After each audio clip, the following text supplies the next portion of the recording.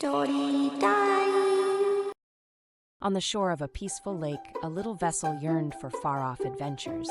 Its wooden frame whispered dreams of distant horizons. One sunny morning, a playful fish burst forth with excitement. "Let's explore the wide ocean," it called, sparkling with possibility. Doubt washed over the vessel like the gentle waves. It gazed out at the vast blue, fear creeping in as it imagined wild seas. Then they appeared, a wise bird perched nearby, its gaze steady. "Trust your heart," it said gently, inspiring hope to bloom.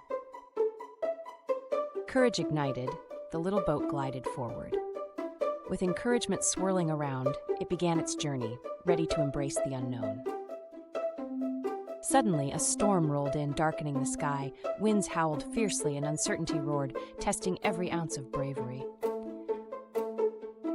In the chaos, discovery sparked within. Instead of fighting, it rode the waves, dancing over the water like a joyous raindrop.